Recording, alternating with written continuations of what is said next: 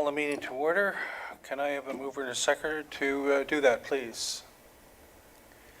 Councillor Cabral and Councillor Ma, that the regular meeting of Council Township of Springwater of October 7, 2020 come to order at 6:30 p.m. All those in favor? That is carried. Due to COVID-19, Council is taking the necessary steps to limit in-person meetings. As such, some members of Council will be participating in the meeting electronically, and the meeting is being live streamed. Residents can watch the meeting live at the Township website, www.springwater.ca, listen to the meeting from a phone by calling 647-558-0588 and using the following ID, 893-6993-4508, and then the pound sign. This option is available during the meeting, and for those unable to watch the live stream, you can review the meeting at your convenience by watching the video on the Township's YouTube channel.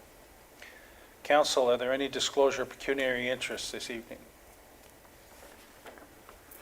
Okay, so we're at item 3, and we now call upon Mr. Mark Tobin, joining us electronically via Zoom with a petition to change access to Sant Road. Mr. Tobin, welcome. Good evening, Mayor Allen. Thank you, and thank you, members of council. I appreciate your time this evening. I'd like to acknowledge Heather Coleman and Renee Ainsworth as well for their time and patience. Most recently, assisting and answering questions from myself and from Scott Hunter, another resident here on Sant Road. I'd also like to acknowledge Robert Brindley and Mark Archer. In the past, we began this process about 3 years ago. And frankly, Scott and I kind of dropped the ball in the interim, getting hung up on the issue of conducting a petition. So I'd like to thank them for their guidance in the past, and also respectfully remember Bob Sporing, who also was a great assistance to us, again, back 3 years ago. So sad to hear of Bob's passing. The information you may have before you is in regards to our request to have council consider turning Sant Road into a cul-de-sac. It's been our understanding, I can't find, unfortunately, definitive proof other than anecdotal, and that was from Mr. Sporing, that Sant Road had originally been planned as a cul-de-sac, and Mr. Sporing had a recollection of council allowing Mr. Sant to put Sant Road through sometime during the development process. Some of the surveys for property on Sant, particularly Mrs. Nancy Hickling's property, she's provided the survey for her property, and it would show kind of that typical keyhole end of cul-de-sac kind of shape, both in her yard extending into Mr. Hunter's yard. So we think perhaps that it was the case. However, what we're faced with is what we have today, and that is a through road from Spence Avenue to, I'll refer to it as Bayfield Street. It's just easier for me if that's okay with everybody. Our concern lies in the safety of the residents on Sant Road. Spence, Sant, and Malta is a community, a neighborhood within Midhurst that is in transition, as many of our neighborhoods are here now. There have been a lot of young families moving in, and original residents or more long-term residents moving on, downsizing, etc. So on Sant, we have a mix of our 9 homes that are on Sant Road. We have a mix of young and old, some very young children, some adolescents, and then some older residents, all of whom I frankly fear for from time to time. This stems from the traffic that uses Sant Road to basically transit from Finley Mill Road down Spence onto Sant and out to Bayfield Street, and of course in reverse. If you look at the map that I provided, you can see that it is, if you will, a shortcut between the point of Finley Mill and Spence out to Bayfield Street. I did some basic calculations using Google Maps as a tool, and it would save in the neighborhood of 400 meters. And if you were to be able to hold 50 kilometers an hour through all the turns and either travel out along Finley Mill to Bayfield or using the shortcut through Sant, you may save all of 25 seconds. These 25 seconds that the people, I like to refer to them as transient traffic, because frankly, there's only 9 homes on Sant Road. And of the other 2 streets in our neighborhood, Spence and Malta, Scott and I have identified 6 residents that we can regularly say, yes, they're from our neighborhood, and they would be users of Sant from our neighborhood. The rest, and I'll refer to a number in the neighborhood of 140. We had 140 traffic movements in a single day on Sant back these 3 years ago when Mr. Sporing had put the traffic counter in. I noted recently that at the intersection of Sant and Bayfield Street, there was also a traffic counter within the last month, I would suggest. Now, I saw it there. I didn't follow up to try to get the data from that counter.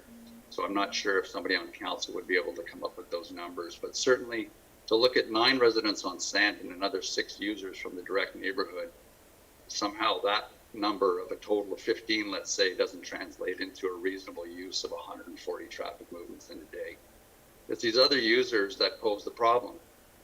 Anybody using a shortcut isn't inclined to drive slowly or carefully, taking into consideration the lives of those people that actually reside in these neighborhoods. As you know, throughout Midhurst, we don't have sidewalks on the vast majority of streets, and that's fine. We're a residential community, and what should be expected both from residents of Midhurst and those that use our streets to get to and from points in between where they are and where they're going would be able to respectfully drive through our communities and provide the safety and safe conduct that our residents should be entitled to. What we're seeing is that this is not the case, particularly on Sant Road. Scott Hunter, who lives at 9 Sant, works from home, and his home office is situated at the front of his home, so he has direct observation of the traffic movements on our street. I'm a pilot, as most people like to think. We don't ever work, but it's just a different schedule. So I'm home oftentimes in hours where perhaps other people are coming and going from work. So I too have seen this traffic come through our road, and it's alarming. The mitigating strategies that have occurred since we first brought this to council's attention was to cut back the foliage on the first apex of the turns and to chip and tar both apexes of the turns. In effect, this has kind of straightened out our road, which, contrary to what you might have thought would maybe get people to slow down by now being able to see the curves coming up, has really just exacerbated the problem, provide a straighter line and faster speeds through our road. This is alarming. What we're asking the council to seriously consider is that our request to turn Sant Road or return Sant Road into a cul-de-sac is a valid mitigating strategy for the safety of the residents of both Sant and Spence. Because I also believe that the residents of Spence between Finley Mill and Sant Road would benefit from this change because traffic would no longer use their road neither.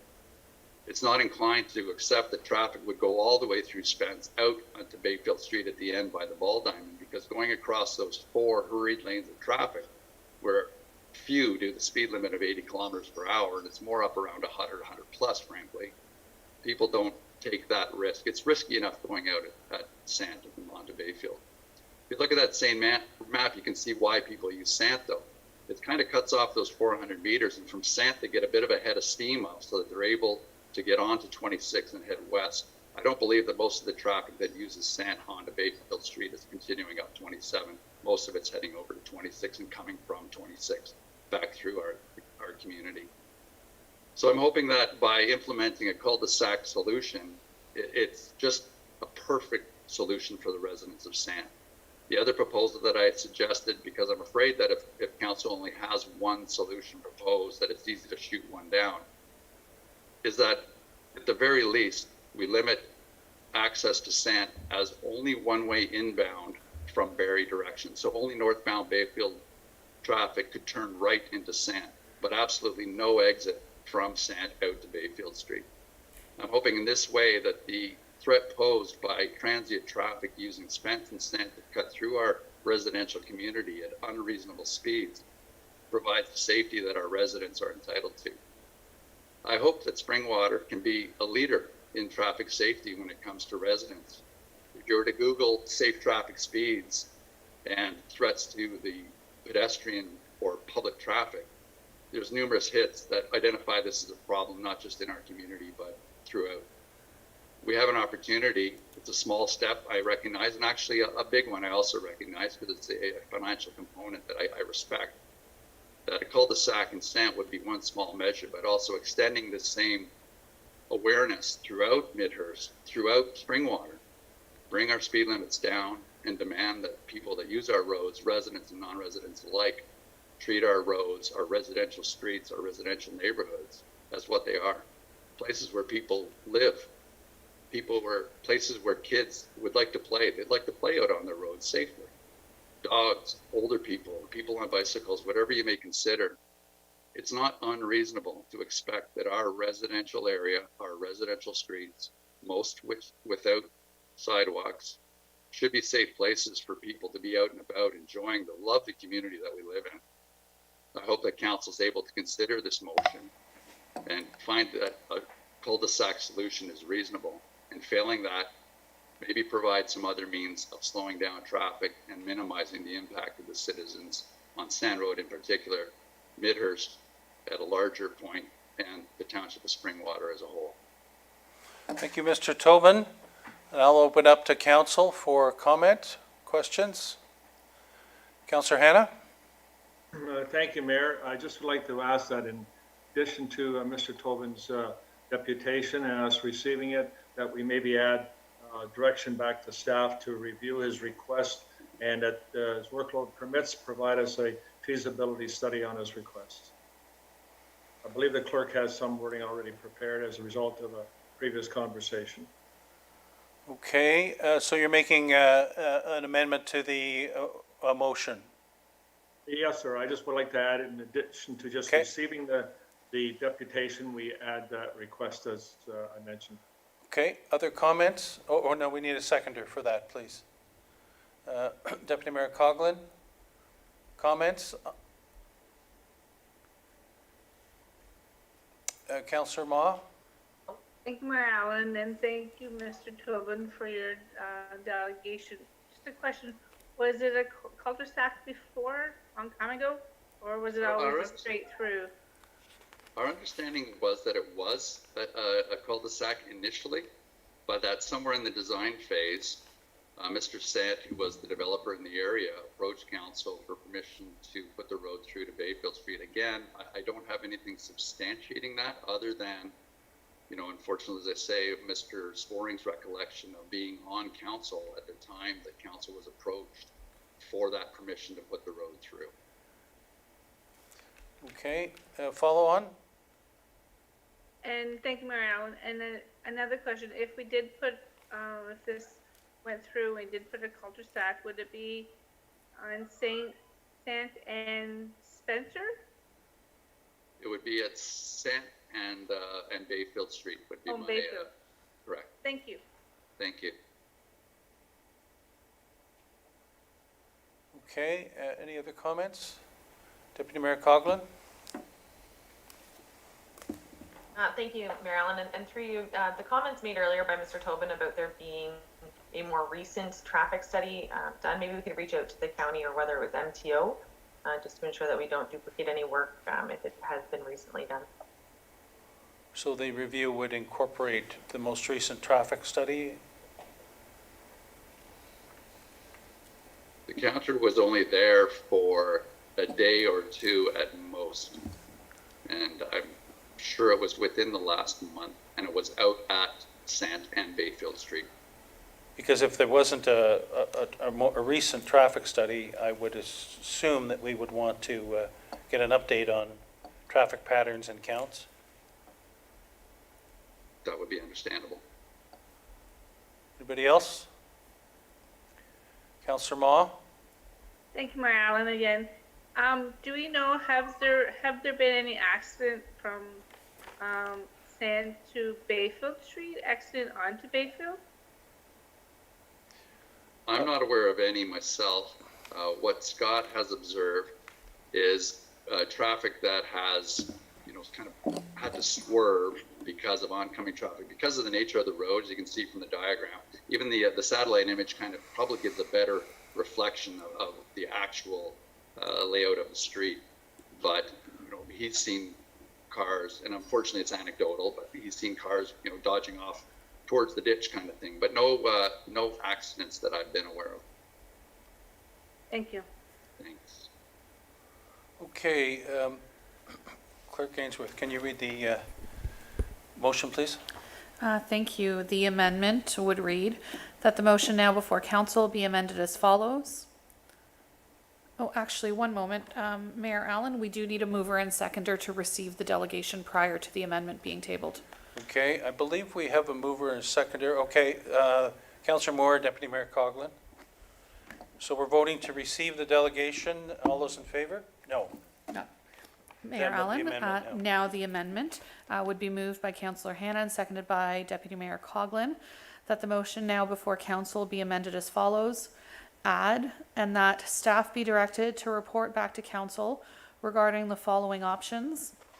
1, cost implications and feasibility of changing Sant Road to a cul-de-sac. And option 2, feasibility of restricting Sant Road to a one-way street going northbound. And that the report include a review of recent traffic studies. All those in favor? That is carried. Thank you, and thank you again, Mr. Tobin. Thank you very much. I appreciate council's time. Thank you, Mayor. Thank you. And Mayor Allen, now the main motion as amended. Now the main motion is amended. Anybody need me to read that? Okay. We have a mover and a seconder. All those in favor? That is carried. Next, we move on to item 4, question period. Members of the public are invited to ask questions of council or make comments regarding an item on the agenda. Questions not on the agenda are at the discretion of the chair. The process to be followed is members of the public wishing to submit questions or comments shall have done so by 4:30 p.m. today by contacting the clerk's department. Clerk Ainsworth, please provide council with any questions or comments that have been received. Thank you. One submission has been received by Bill French of 3612 Grenfell Road, and he states, the Agricultural Advisory Committee at their public meeting on November 28, 2019, discussed as an agenda item 4.1 backyard chickens. The general consensus was that since these small flocks and wayward chickens could present a danger to large poultry operations with disease, resulting in quarantine of multi-million-dollar businesses throughout the township, that such permission was not advisable. Since there have been no meetings of the Agricultural Advisory Committee since the onset of COVID-19, would it not be advisable to defer such a decision on backyard chickens to allow the council-appointed expert committee to submit its meeting minutes and their expert comments and opinions? Thank you. Thanks. Thank you for the question. The township has previously received comments from the Agricultural Advisory Committee related to backyard chickens, and these comments and recommendations were included in the staff's report of February 5, 2020. Council did consider these comments in its decision to move forward with the preparation of a limited pilot project for an initial period of 3 years. The township has also received expert input from staff at OMAFRA, the Ontario Ministry of Agriculture, Food and Rural Affairs, which has been incorporated into the rules and restrictions related to licensing chickens in Springwater. The decision tonight is strictly related to the definition change under the zoning bylaw and does not include all of the specific rules and restrictions. This will be before council on October 21st. The reason we are bringing the zoning change forward tonight is that it must pass the legislated appeal period prior to the implementation of the licensing bylaw. The reality here is that people are already having backyard chicken operations in Springwater presently. These current backyard chicken operators pose the same level of risk to our commercial flock operations now without the benefit of a strict set of licensing provisions or penalties should an outbreak occur today. There has been much discussion already and surveys related to backyard yard chickens, and it is clear that there are people on both sides of the issue. Given this is a limited pilot project, and the township is seeking to bring forward this program on a limited basis to discover all issues with and amend the program as appropriate with expert guidance from professionals, I do not believe the decision related to chickens tonight needs to be deferred. Okay, moving on then, please, to 5.1, minutes. Can I have a mover and seconder to get the minutes on the floor? Councillor Ma and Councillor Cabral, that the minutes of council listed herein be approved as presented. Minutes of the special meeting of council of September 16, 2020. Minutes of the regular meeting of council September 16, 2020. Any discussions, comments with respect to these? All those in favor? That is carried. 5.2, minutes of board committees and organizations. Can I have a mover and seconder to get these on the floor? Councillor Cabral, Councillor Moore. That the minutes of boards, committees, and other organizations listed herein be received as information. And that consists of one item, the minutes of the Springwater Township Public Library Board meeting of June 16, 2020. Any questions or comments? All those in favor? That is carried. Next, we move on to 7.1,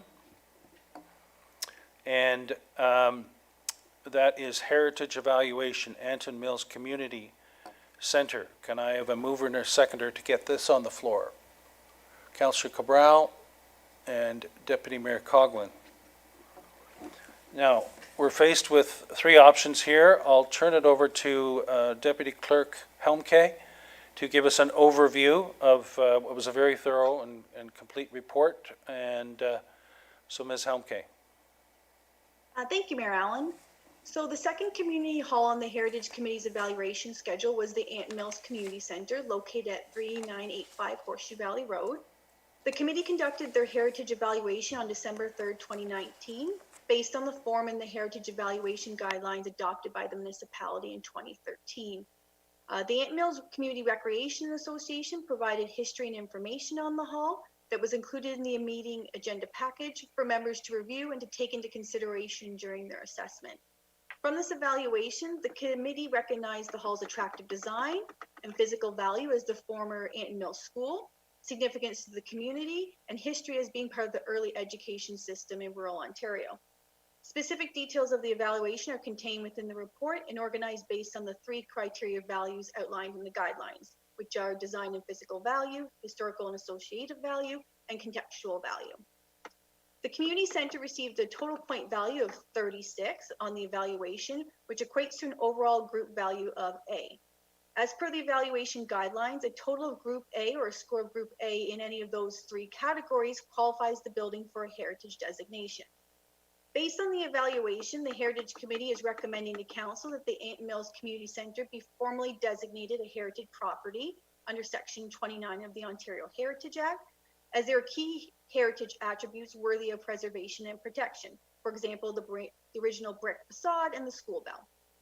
Along with the committee's recommendation, Council is also being presented with two additional options, and that is to not formally designate the Anton Mills Community Centre a heritage property under Section 29 of the Act, or approve the listing of the community centre on the Heritage Register of property of cultural heritage value or interest not designated. The report summarizes these different options and the actions associated with each. I just want to highlight to Council that it's important to take into consideration that the Midhurst Community Centre was just approved last month to begin the process of formal heritage designation, despite scoring lower on the evaluation than the Anton Mills Community Centre. Although each property is objectively evaluated on its own merits, consideration of previous decisions regarding heritage value of township-owned community centres can play a role in the overall context of decision-making for other halls. I can answer any questions that Council may have regarding the report. Thank you, Deputy Clerk. I'll open it up to comments, questions.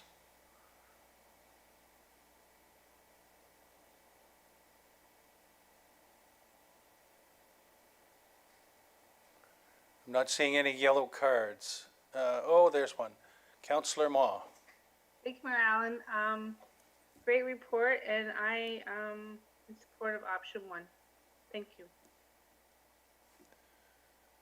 Further comments?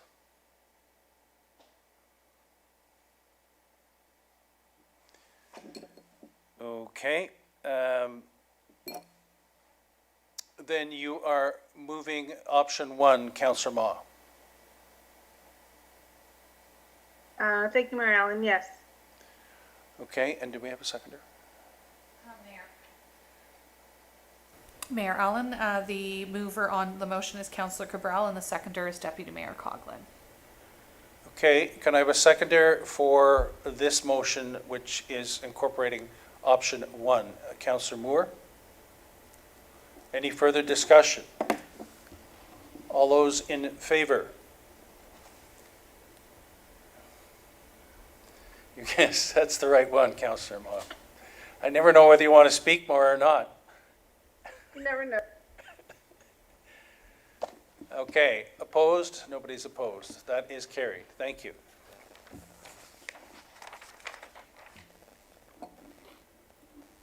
Okay, next we move on to action reports, 8.1. Can I have a mover and a seconder to get these on the floor? 8.2 through 8.7.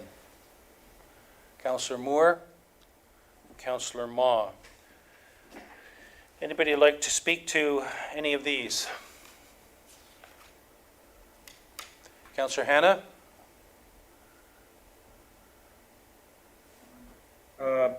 Thank you, Mayor. 8.3, 8.4, 8.6, and 8.8, please.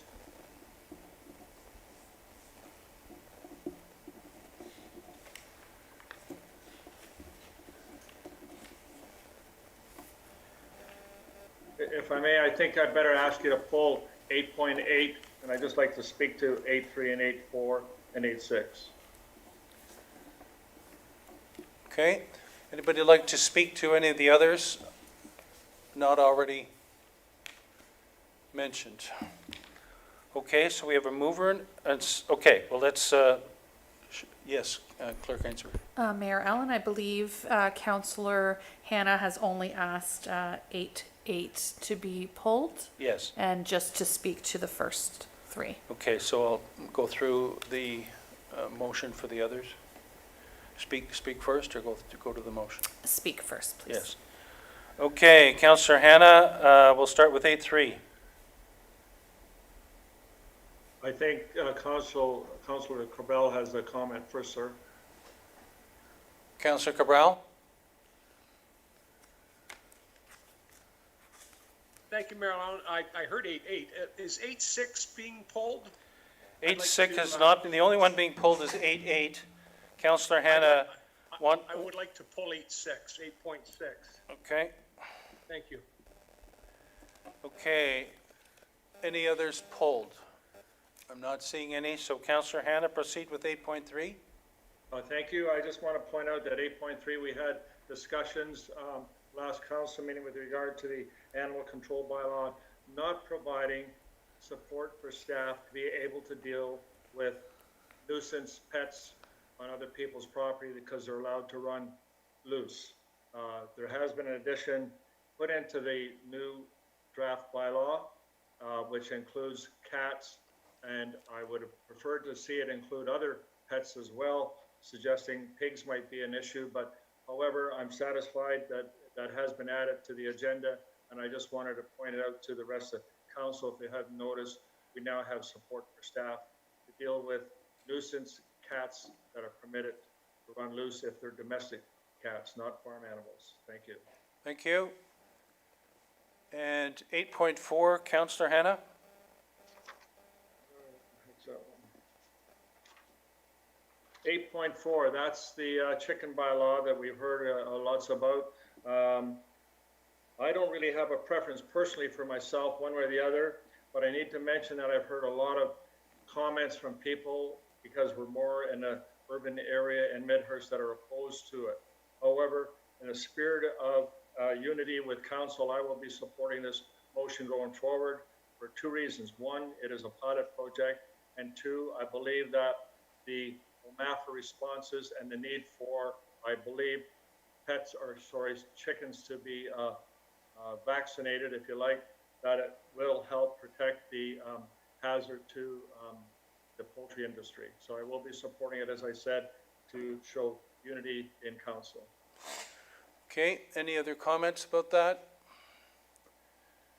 Okay, the other two items are being pulled, so we have a mover and seconder that the action reports 8.2 through 8.7 be received, and that the recommendations contained therein be approved as presented.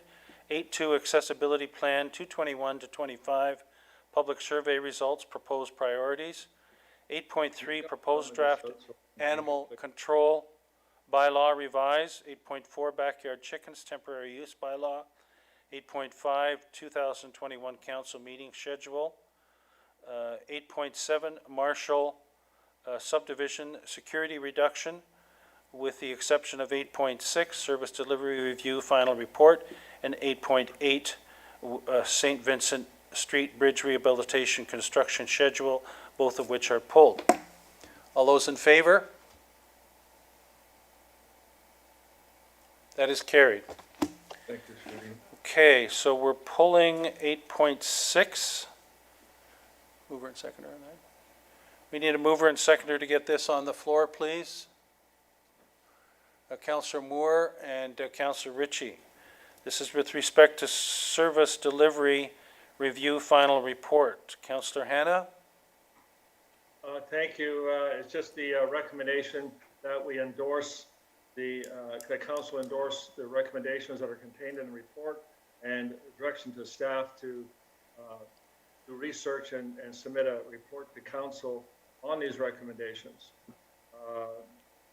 I'm not comfortable with the information that I received that supports these recommendations, in that I was looking for more documentation, supporting evidence that there are a need for some of these things that are being recommended, and I'm concerned about providing direction to staff to create reports when the workload is what it is now, especially our CAO, who's wearing a number of different hats, if you like. So I would ask that we consider just maybe receiving it and deferring it for future reference. Okay, so that is a motion. We need a seconder. Did you catch receiving it and deferring it for, did you catch that? Okay. I need a seconder on that before we discuss. Councillor Ritchie. Okay, discussion, Councillor Cabral. Thank you, Mayor Allen. I know that we certainly all didn't agree on necessarily the recommendations in the form that they were delivered. Unfortunately, from my standpoint, I feel the service delivery is not near as robust as it could have been, given the fact that they did their service delivery review under COVID-19 restrictions. They weren't able to visit facilities. They weren't able to interact with staff the way they normally would have, to get a real good sense and insight as to how things operated and what staff were doing. So I'm having some difficulty with the motion, and I would like to actually propose an amendment that we strike out the words endorse in principle and replace that with consider it. I think endorse in principle is a little bit strong. I don't endorse all of those particular points. However, they all do have merit.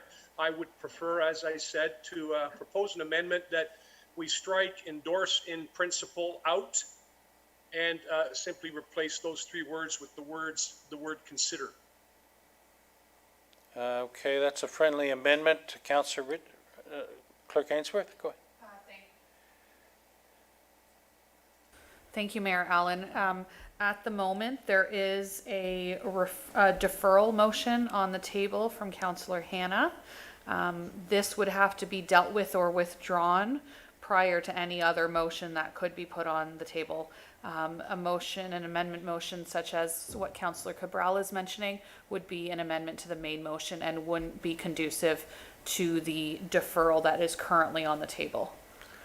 So can you repeat what your understanding of what Councillor Cabral is proposing? Councillor Cabral is requesting that just a few words be stricken from the main motion and I believe replaced with certain wording. My apologies, I was drafting One word, consider. consider. Strike endorse in principle and replace with the word consider. So,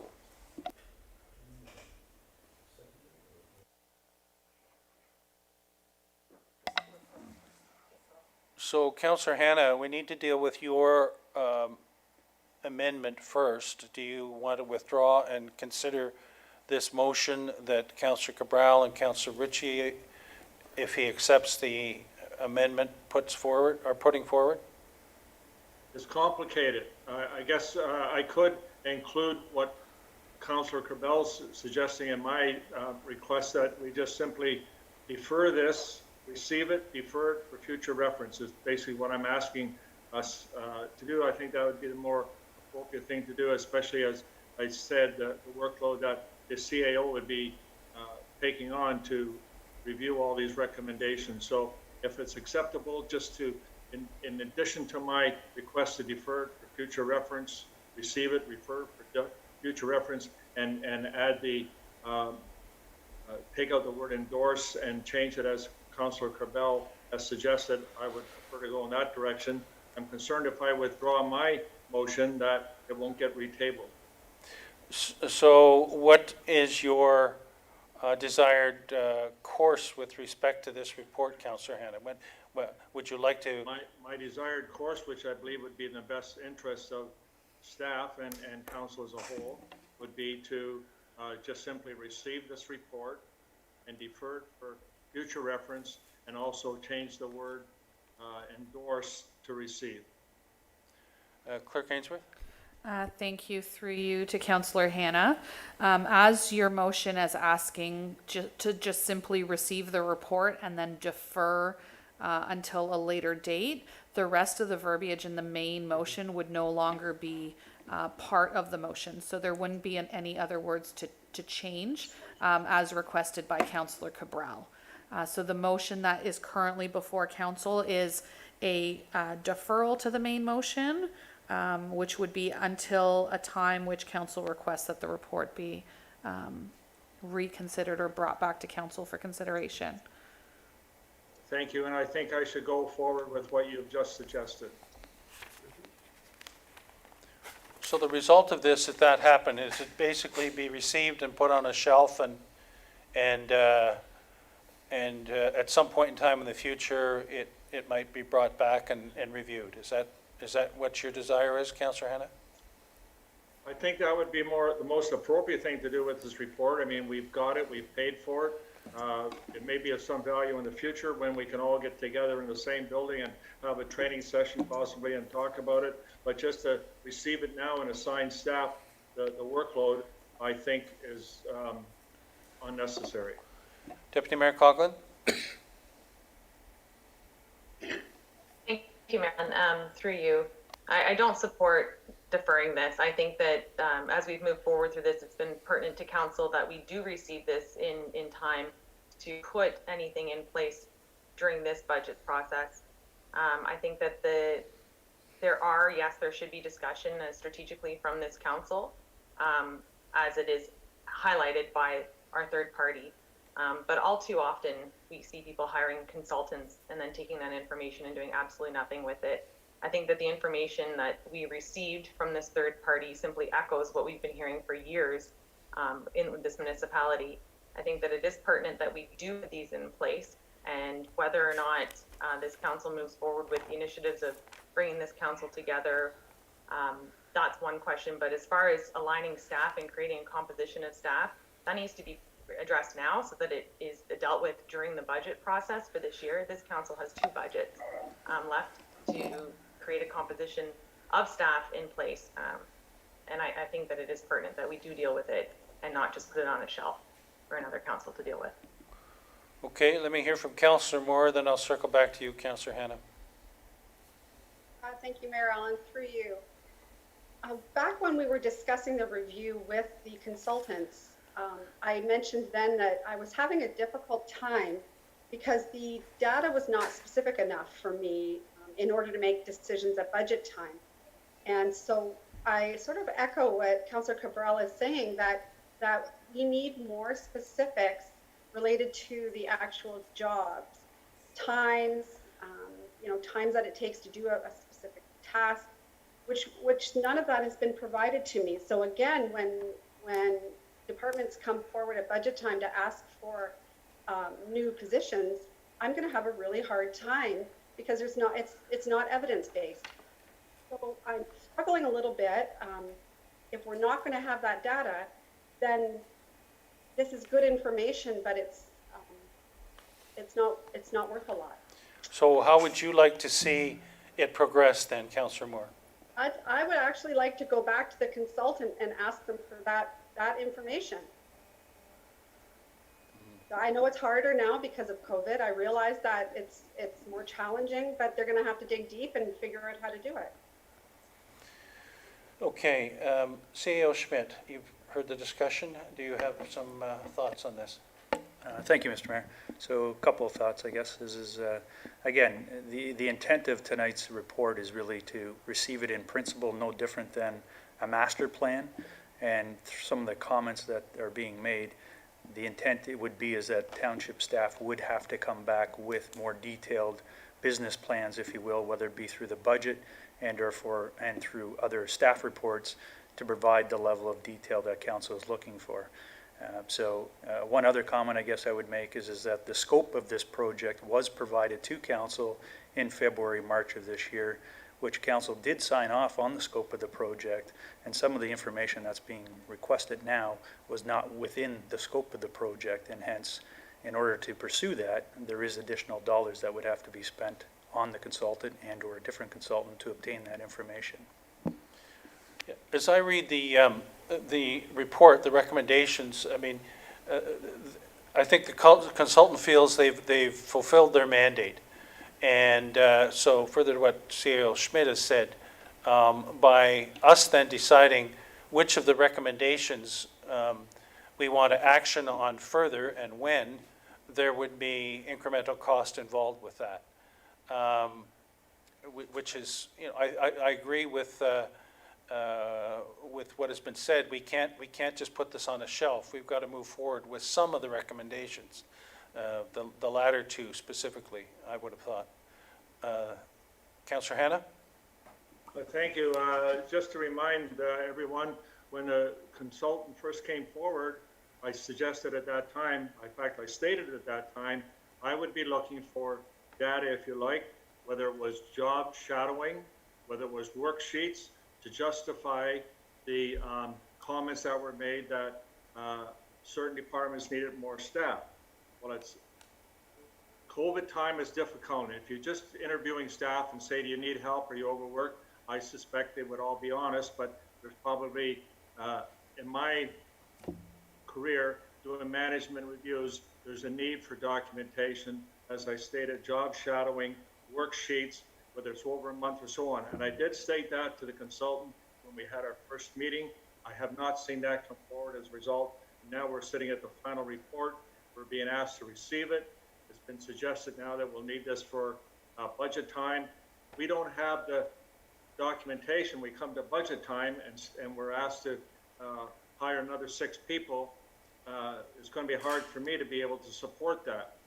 Having said that, as the CEO has mentioned, that quite often we receive these things and they just become like the recreational master plan and so on. And when those things come forward, then people go back to the recreation master plan or the fire master plan and use those as arguments in order to generate more things, if you like. So I'm suggesting that if we receive this the way it is, we might be handcuffing ourselves to be able to be required to generate additional employees at budget time, and we don't have the resources.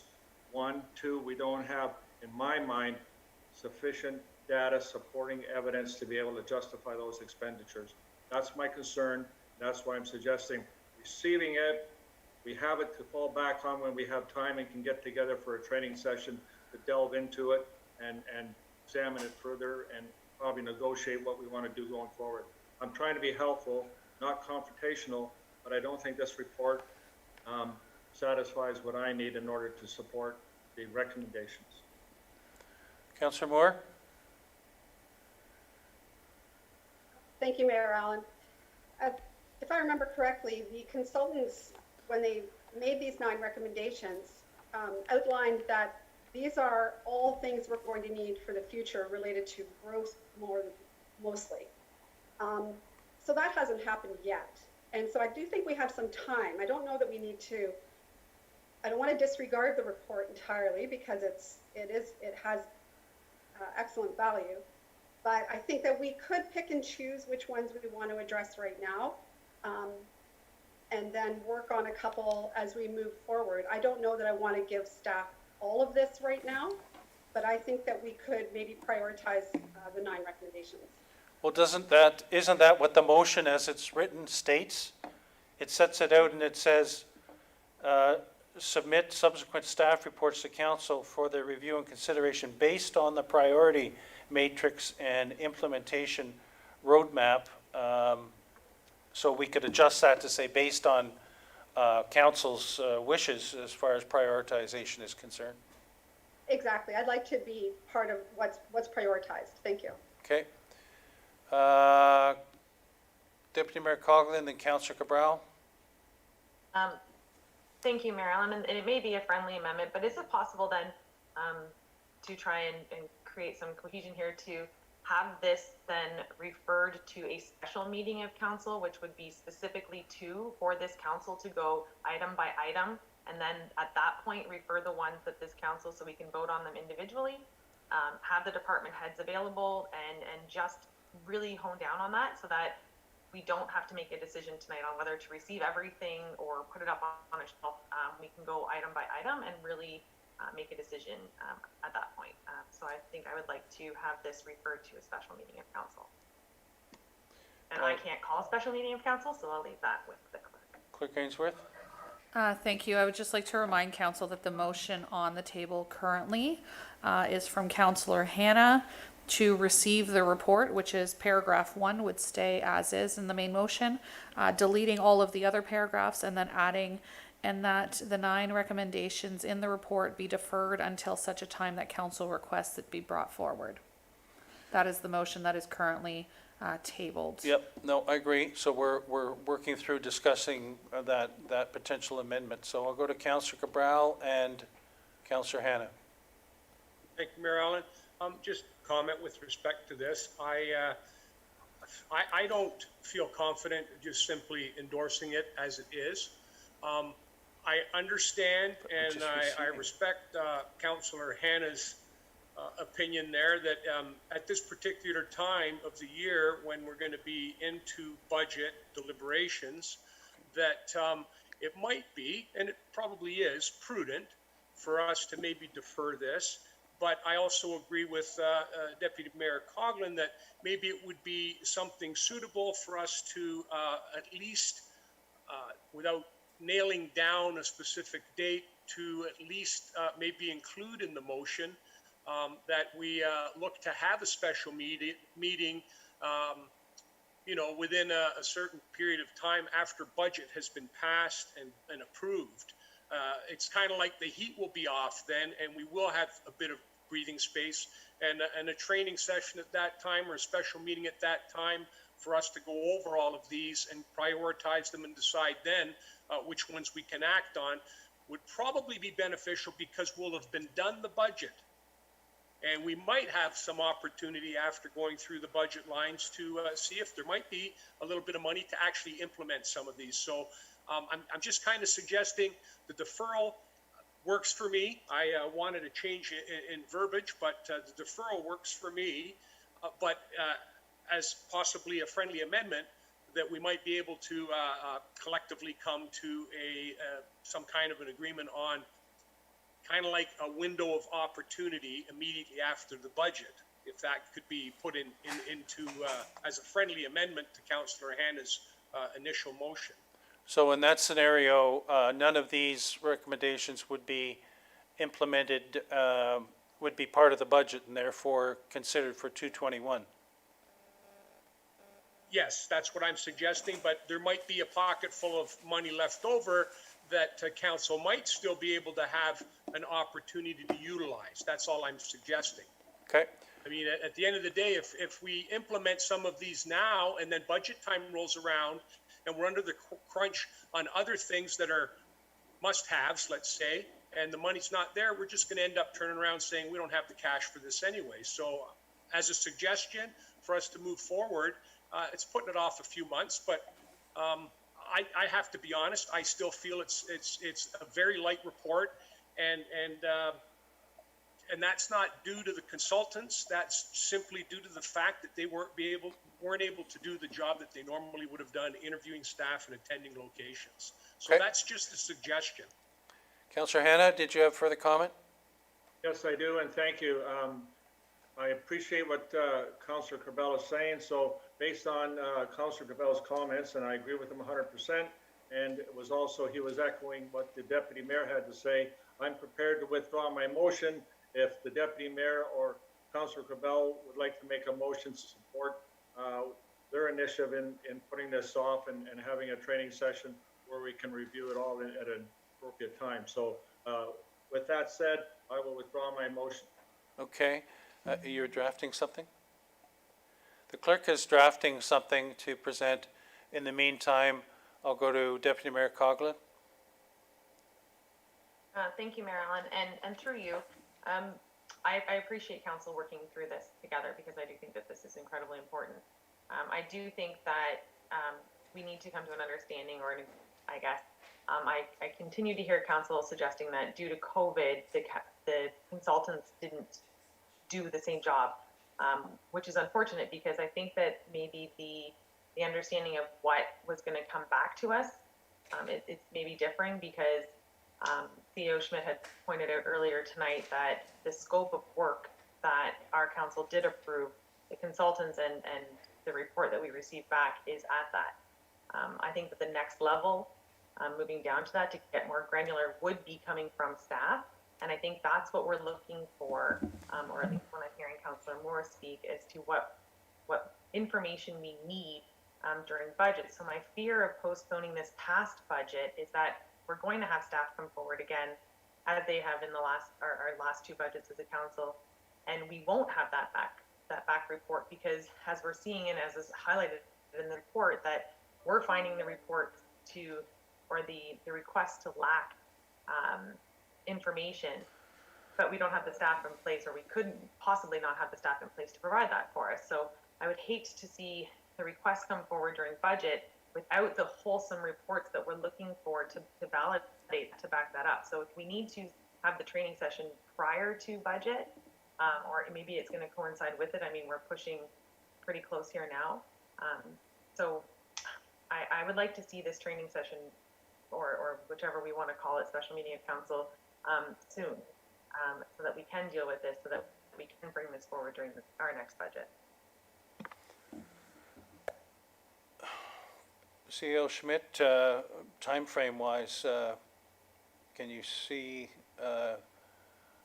that being workable before budget? Thank you, Mr. Mayor. So right now, the plan is that the 2021 budget would be tabled on November 18th, I believe it is. So that really just leaves open the 21st and I believe the 4th, unless we call obviously a special meeting of council, which I believe is what's being discussed here. So I guess you know, all things are possible. I guess the challenge I guess I would have, or the question I guess I would have is it the intent of council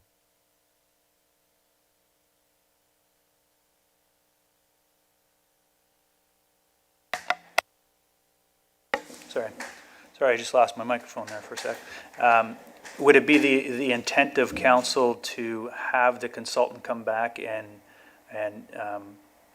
facilitate a conversation on this, or is council looking at essentially the consultants are done and this would be something that staff would facilitate, if you will? So if I can get a little bit more information on that, then obviously if it's staff facilitated, that will take more of our time up, and glad to do so. I'm just not sure exactly what council is looking for staff to present in that special meeting. Is it just simply we're bringing back this report and we're going to dive into each of these recommendations, or is council looking for more meat and potatoes, if you will, for lack of a better word, to dig into some of these recommendations? So I just need Deputy to Mayor know kind of Coughlin, that. do you have a thought on that? Thank you. My intent would not have the consultant come back. Any additional cost to this is not something that I would support. As far as staff time, I understand that, you know, we're skeleton right now, missing a few of our senior management positions, but I do think that it is important, and I think that the roundtable discussion, this council's quite capable of going item by item with staff present and referring those back to staff. Like Councillor Hanna had pointed out, I don't see the point in sending all 9 back to staff if we're not going to support them at the end of the day. So let's send them back to staff or refer them to staff or approve them in principle one by one, so that we're not wasting anybody's time and we're being efficient with what we have. Let's get the reports that we need to make decisions for budget 2021 in front of us and at the level that we require it, and not to place anything back onto staff that doesn't need to be done. So I think that having a special meeting of council can provide some efficiencies with us for staff moving forward. And that way, as we've learned in the past, we have a schedule for budget, and sometimes it prolongs because we require more information. So if we can highlight what we're going to need through this moving forward, I think it'll be a more efficient process. Councillor Ma? Thank you, Mayor Allen. I've probably already said, and I'm probably just repeating everyone said. Are we able to basically split or talk about the ones we need to talk about at the special meeting, especially if the ones that we need to talk about is going to be for budget, and then talk about the other ones at a later date? I'm not sure if it has to be all in one report, because I would imagine like point 8 and maybe 9 needs to be part of the budget review, and some of them can be maybe deferred after the budget. I'm not sure. Yeah, I would think this meeting that we're kicking around would certainly start by saying, you know, which are the real priorities from our perspective as a council. So that would have to be determined. Councillor Cabral? Thank you, Mayor Allen. I have to step back to the growth-based recommendations that were in here. And I think number 8, for the most part, a number of them do fall into that realm where we're looking down a few years down the road. And I have to be frank, I didn't realize that we were under the gun to implement any of these recommendations in any particular year or any particular frame of time. I do want to deal with them. I don't want to deal with them piecemeal. I would still, going back to Councillor Hanna, I would like to make a motion that it be deferred, and that we include in that motion that it be dealt with within the 4 weeks after budget has been approved and at a special meeting. And that way we know it's going to happen and we can deal with it. And if we want to set aside $100,000 to implement some of these items or work on some of them, then I would just say that when budget time rolls around, one of us can make a motion basically to that effect and have some money available to implement some of these. I don't think we lose anything by waiting till later, and we certainly don't put the staff under the gun.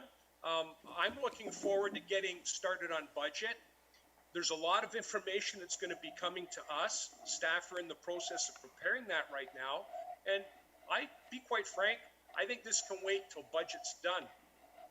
And I'm proposing that motion, that this be deferred, received and deferred until after the budget has been approved.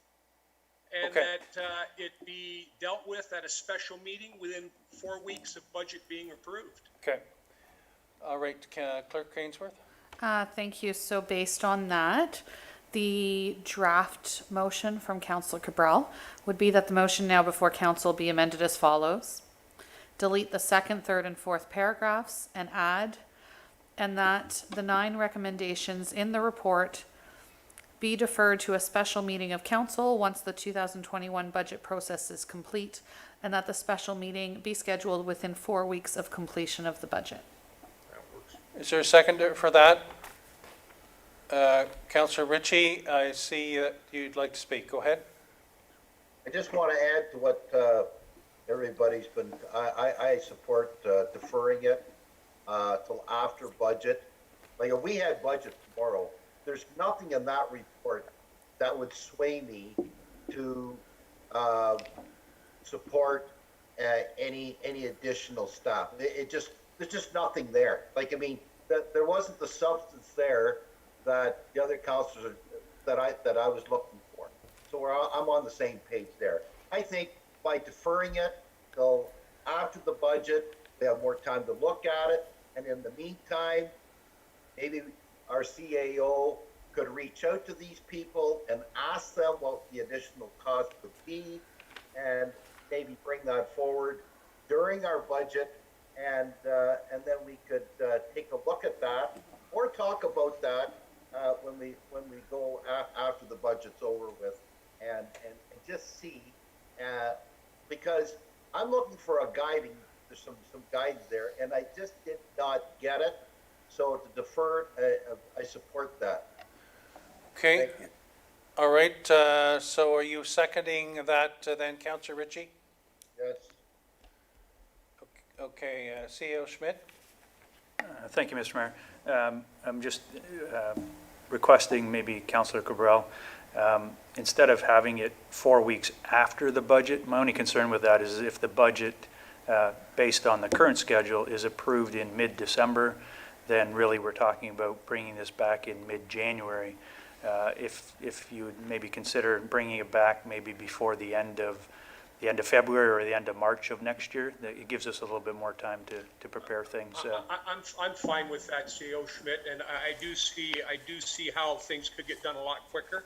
But no, that works for me. I don't have any objection to it at all. Councillor Ritchie?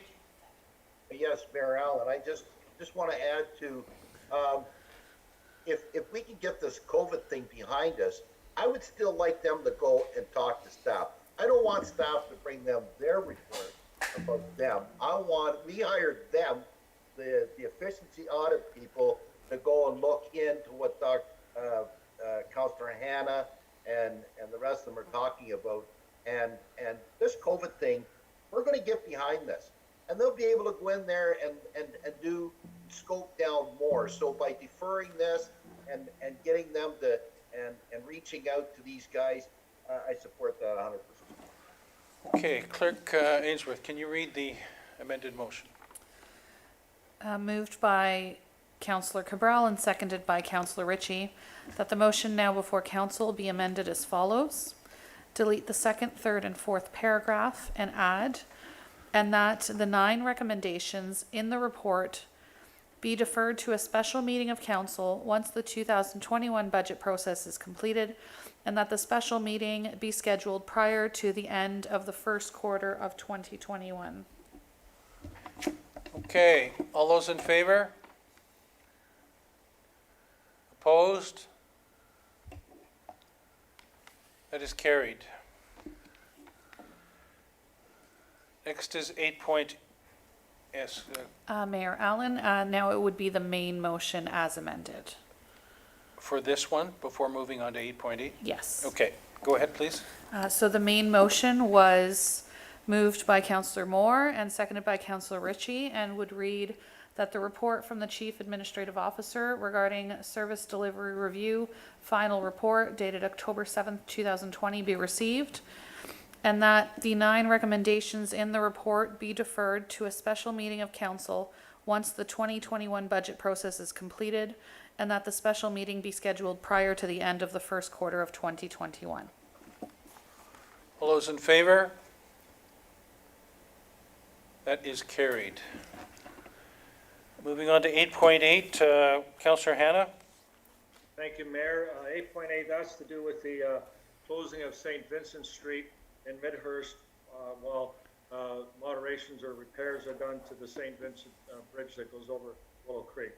As you read from the report, the contractor has offered two options, one being to reduce the bridge down to one lane at a time and put up a traffic light so traffic can still move through the area. The other recommendation, which is being supported by staff, is to totally close the road for 3 months while the work is being done. I can't support option 2. Closing St. Vincent Street happened once before.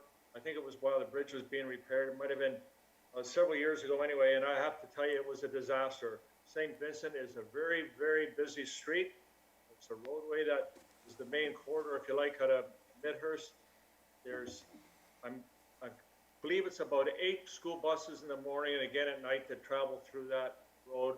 When it was closed before, the buses had to go out Finley Mill Road, down Bayfield Street and work their way over to St. Joe and to Eastview and the other schools. And I understand that the children were as much as a half an hour late getting to school. The buses weren't able to pick them up any earlier. I guess I don't know what the scheduling was, but it was a real big problem. So I would like to suggest that we don't close that road. We do go with the, one of the contractor's suggestion is that we'll do one lane at a time.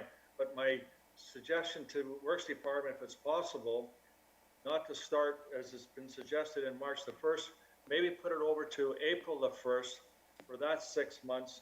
That way, the issues that were pointed out with possible difficulties plowing the road in the wintertime would not be as big an issue because hopefully we won't have to plow the road very often in April.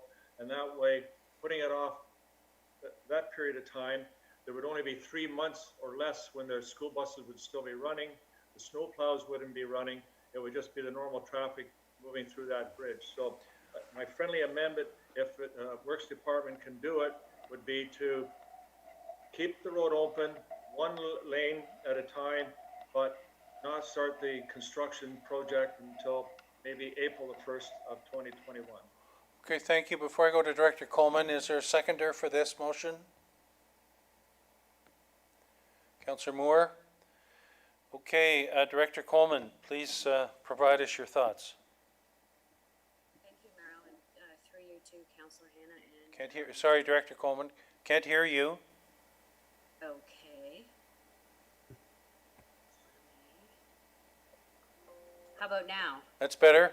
Okay. Thank you, Mayor Allen. Through you to Councillor Hannah. We can certainly request that the contractor review your proposal and see that if they would hold their prices and do one lane at a time from April 1st. The good thing about the one lane at a time in the summer or in the spring is that it shouldn't be 6 or 8 months. They should be able to work more quickly. Concrete work, as you know, in the winter takes longer to cure. So that was what would be adding to the schedule in the winter as well. We can certainly have the contractor review that and see if they'll hold their prices and honor the contract that way. Thank you. Councillor Cabral? Thank you, Mayor Allen. Just some thoughts on closing the road. In Ellenville, the lights are there now, they're working. I don't know how long that's going to go on, but as I recall, it was probably within 12 or 14 years ago, they just redid the deck there. So I found it kind of strange that the county would be basically replacing the whole bridge now. But I am familiar with St. Vincent from my days working in Barrie, and it is a major thoroughfare.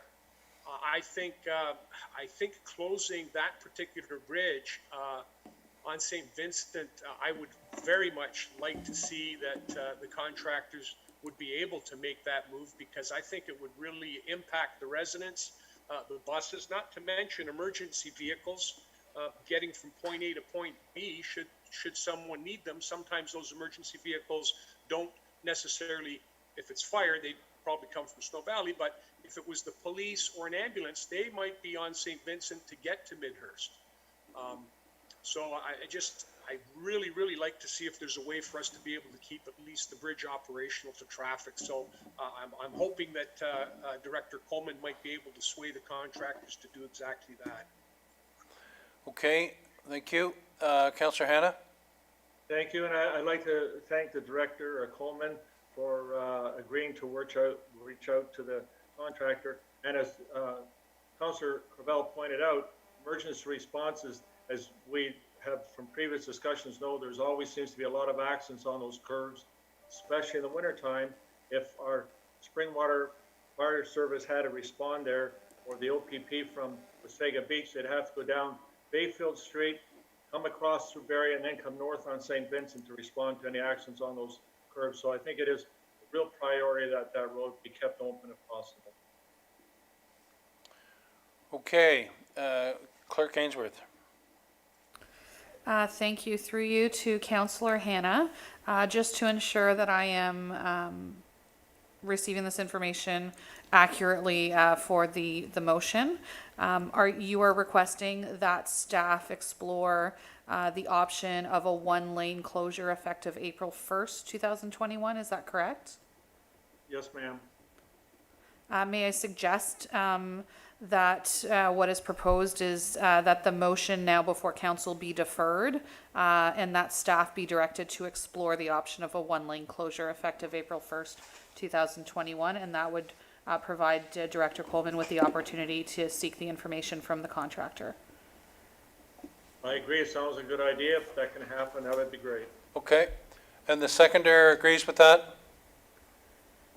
Yes, okay. All those in favor? That is carried. Moving on to information reports 9.1. Can I have a mover and seconder to get this on the floor, please? Councillor Cabral, Councillor Ma. Any questions, comments about reports 1 or 2? Deputy Mayor Coughlin. Thank you, Marilyn. It's just a comment on the August bylaw summary. I'm looking forward to the ATV information moving forward. I just wanted to bring it to council's attention. There was a letter put in a neighboring municipalities, like our Springwater News, their local paper, with a letter suggesting that it was coming from Springwater Township. As we'll see in our bylaw, that it does say that there was 19 complaints in this August, whereas compared to last August, there was 47 complaints about lawn watering. So I think that it's very important when we're communicating with people that everything is in perspective. And I'm also curious if it would be to the purview of our council to send a letter to Clearview, to Clearview's council, to have them understand, or to make sure that they understand that the letter, the advertisement that was in the newspaper is not from Springwater Township as a corporation or a council, and it was simply a resident, one resident. Did you catch that? Yes. Okay, the clerk is acknowledging that. Councillor Cabral? Sorry about that, Mayor Allen. I just wanted to ask, with respect to the off-road vehicles, the number of complaints have gone up. I want to know how many of those complaints, bylaw enforcement Officer Kellington can allude to that were related to being on the road.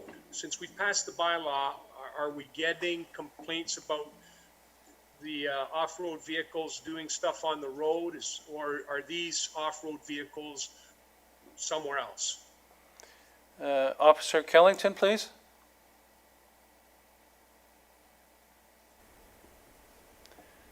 Clerk Ainsworth? Mayor Allen, thank you. She may not be on the call anymore as her report has finished, but I will take that back to her and get council the information that's being requested. Okay, thank you. Okay, so the motion is that the report items listed herein be received for information by law enforcement activity summary report August 220, ZB 220-10, Ontario Limited 106103-1 Western Mechanical, All those in favor? That is carried. Verbal reports. Director Spagnell, start official plan and economic development. Any updates? Yeah, thank you, Mayor Allen. There's two updates that I have. The first relates to the second units project that Planner Lisk has been working on. Planning staff will be scheduling a public meeting to consider the official plan policies that have been drafted with respect to second units as a follow-up to the educational session that was conducted, I believe it was about a month ago. So council can expect to see that within the next month or so.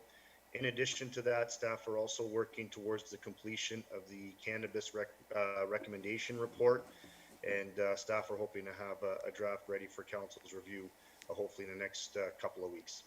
Thank you. Any questions of that, of Director Spagnell? Okay, moving on to CAO Schmidt, who will cover both the Midhurst development update and a COVID update. Thank you, Mr. Mayor. So this is probably going to sound somewhat repetitive from the last meeting that we had, but at any rate, the developers do continue to move forward with the earthworks on the mixed subdivision. So again, just to clarify, no internal or external infrastructure is currently permitted at this time. Staff and our consultants, so both legal and engineering, are continuing to work with the developers on drafting the Stage 2 subdivision agreement for mix. Obviously, this agreement will have to come to council for consideration, and should that agreement be approved by council, then it would permit internal servicing, site servicing, meaning underground and above ground infrastructure for the development. You'll recall at the September 16th meeting, council did approve moving forward with a sales office agreement for the mixed subdivision. So staff are working with that, and our consultants and legal and developers to move that through. As it relates to the Ministry of Environment, Conservation and Parks, the conditions as it relates to the Class EA. So the developer has recently submitted a letter to our consultants indicating how they feel that they've satisfied these conditions. And the township's consultant, I believe, is still reviewing that and will be providing a recommendation to staff in the next little while. As it relates to external servicing, so the water and wastewater plants, it's my understanding that the design of these are well advanced and that the environmental compliance applications have been submitted to the ministry for their consideration. And lastly, I guess, is the recruitment for the development engineering coordinator is underway. The posting closed on September 25th, and it's my understanding candidates have been narrowed and interviews will be conducted in the next week or so. I'll leave it at that, and council has any questions, be happy to answer them. Any questions with respect to that? Okay, and COVID? Thank you, Mr. Mayor. So from a COVID-19 update, so the Emergency Community Control Group continues to meet to discuss and monitor the current public health situation and its potential impacts on the township. The group has gone back to weekly meetings due to the recent surge in cases. We actually met this afternoon to discuss some current updates. So to date, Springwater has had 17 confirmed cases of COVID-19, of which 15 have now recovered and one has passed. The latest case was reported on October 1st, and it was a female in the age range of 18 to 34. It's my understanding that the health unit is still currently investigating how she acquired it. As of this past Monday, October 5th, the Ellenville Arena has reopened for private bookings. I have to admit, staff has done a fantastic job in getting this facility reopened, and I congratulate them. And we look forward to welcoming the community back to this facility, albeit under strict public health protocols. We do ask that all users please be respectful and abide by the protocols that have been put in place. Ultimately, the users of the facility will determine whether this facility remains open or not. So if they're not abiding by protocols, obviously it'll put us in a predicament whereby we may be in a position where we have to close the facility. Hopefully we don't get there, but again, we will monitor it as we continue. The Township Administration Center, Fire Station 3, and our public libraries, with the exception of Minising, are open to the public. Minising is for curbside pickup, I believe.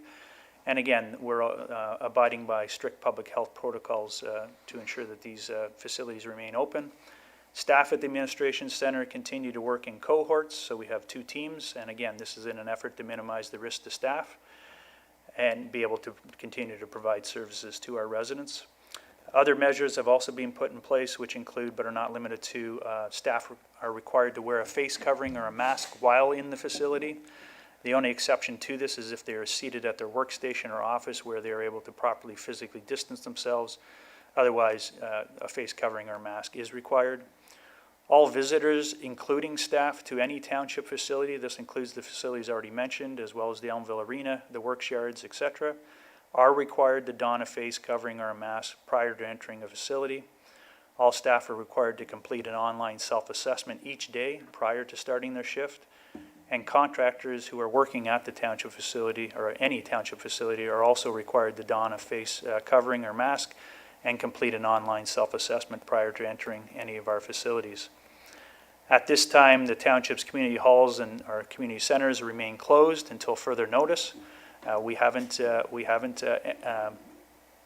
opened those fully to the public. In addition, in an effort to further protect staff, the township will be is looking at partnering with a local pharmacy to provide staff that are interested in receiving a flu shot. So dates and times have yet to be confirmed, but we are aiming for the beginning of November. And again, this is an added measure to try to protect staff. From a Simcoe Muskoka District Health Unit update, you'll recall that yesterday afternoon I advised council and staff regarding Dr. Gardner's Section 22 class order under the Health Protection and Promotion Act, which essentially has been issued to enforce COVID-19 self-isolation requirements. There appears to be some individuals that are not abiding by the self-isolation, so some individuals are being tested and are not waiting for their test results to come in, and hence going back to work and instead of actually self-isolating.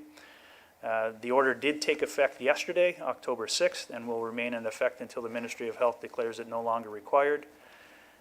The order applies to any person living or present in the County of Simcoe and or the District of Muskoka who is identified as a person diagnosed with COVID-19, has the signs, symptoms of COVID-19, or has been tested for COVID-19 and is awaiting the results of their test.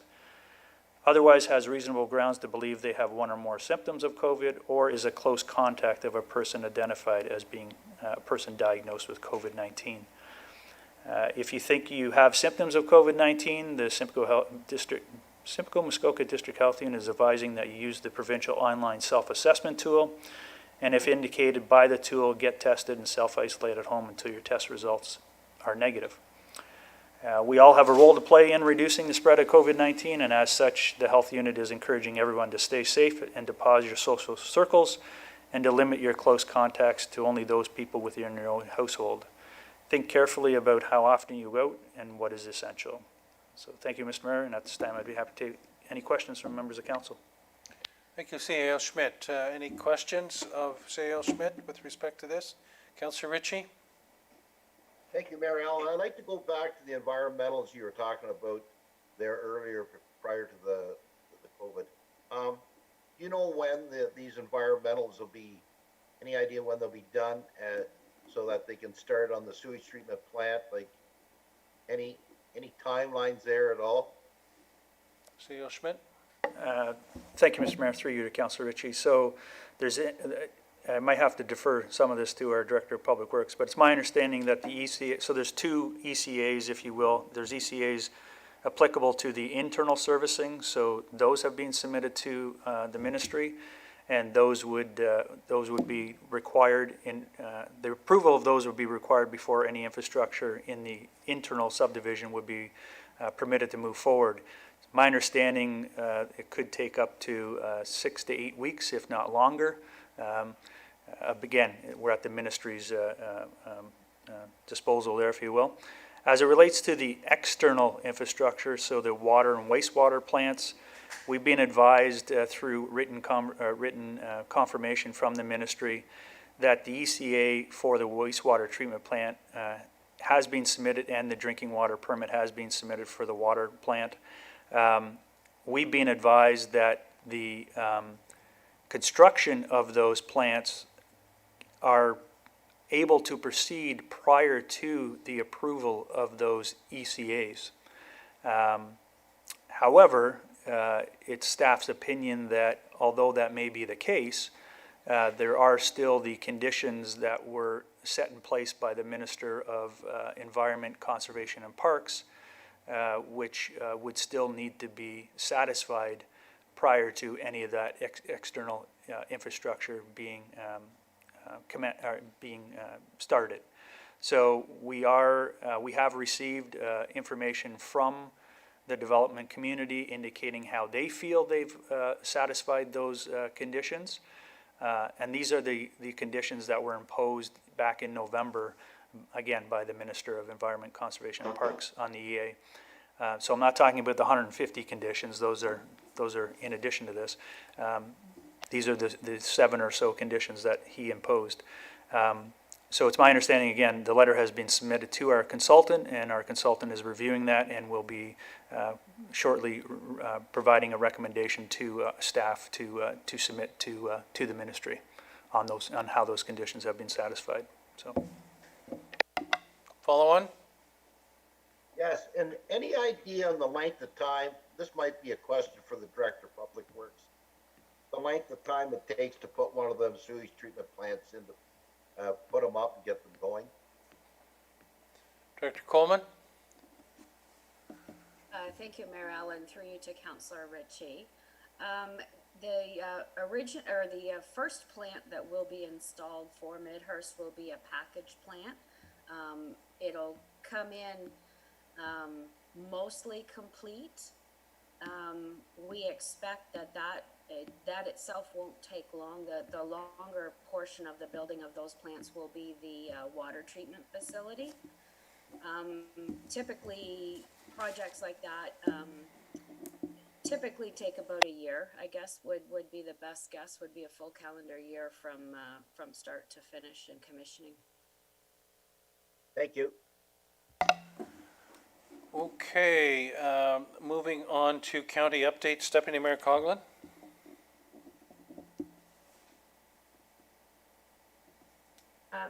Thank you, Marilyn. There's no real county update, but I did just want to, I guess, pass along from I don't want to speak for council, but on behalf of our council to the Simcoe Manor and the municipality of New Tech for what they're experiencing right now. I just think that, our support is with them, and we were definitely in our thoughts as they're going through with their community and their families right now. So definitely just wanted to pass that along to them. Thank you. Municipal updates. Anybody have municipal updates? Councillor Hanna? I do. Thank you, Mayor. 2 items quickly. Firstly, we're about a month and a half away from the festive season. My concern is with a lot of people that because the limited amount of people that can get together to gather, there may be more people traveling from festive location to the other. In the past years, there's always been a significant amount of ride activity in the Midhurst area, especially on the St. Vincent Street between the curves where the traffic can't see them, and they were doing a very successful job of reducing the amount of impaired drivers and slowing accidents down on location. I'm asking that you, Mayor, or the CEO, the next time you're meeting with the OPP, ask them if they would consider bringing the ride programs back that have not been visible in this area for a couple of years. I appreciate if you would do that. Secondly, and maybe the clerk or the CEO can add to this, but I was contacted from a lady to do with dyslexia.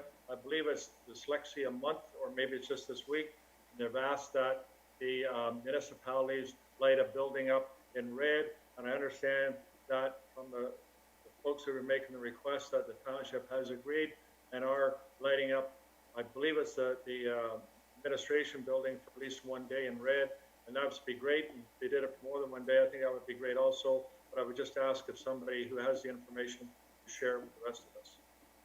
Thank you, Councillor Hanna. I was actually going to, and I will in a moment, talk about the market red for dyslexia, so thank you for bringing that up.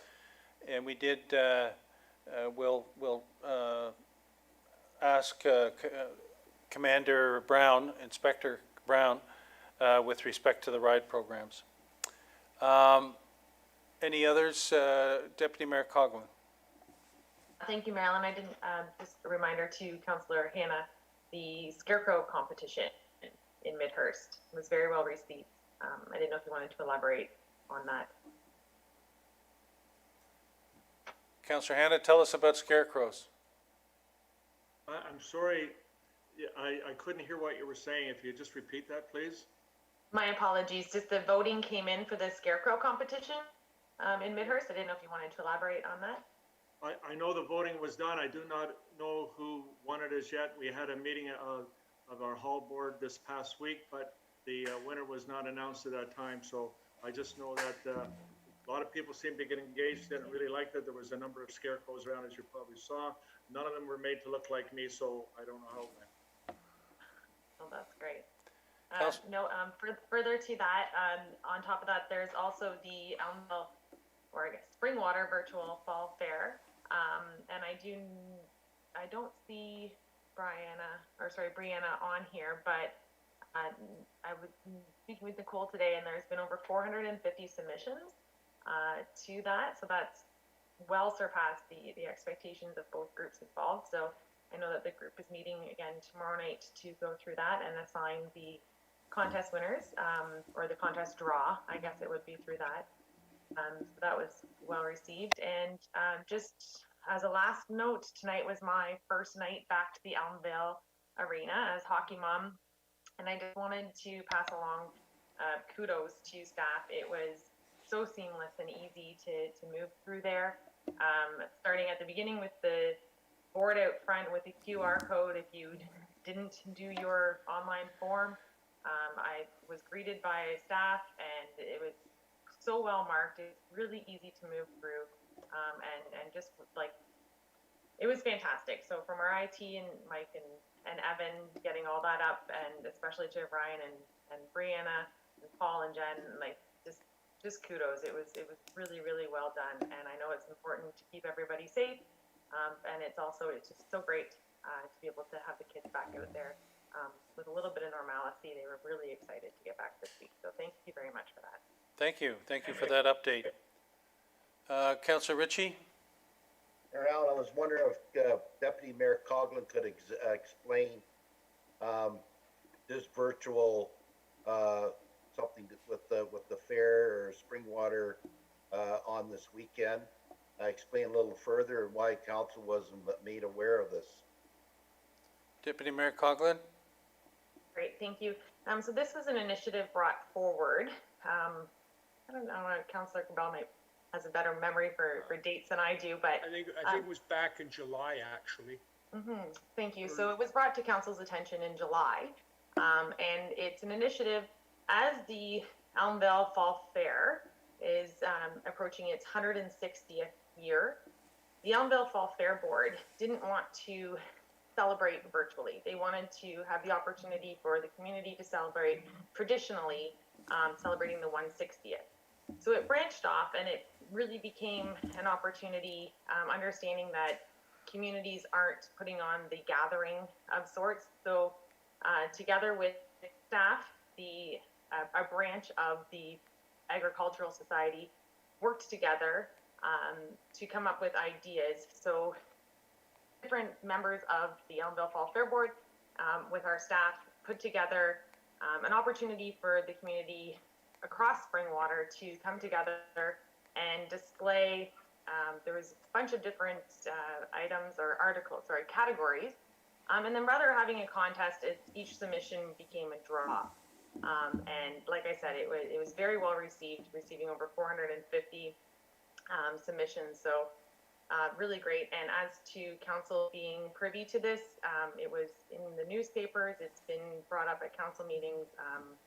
It wasn't a direction of council. It was only something that I was happy to be part of, but not in lead of.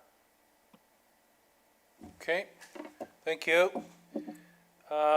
Yes, further to what, Councillor Cabral?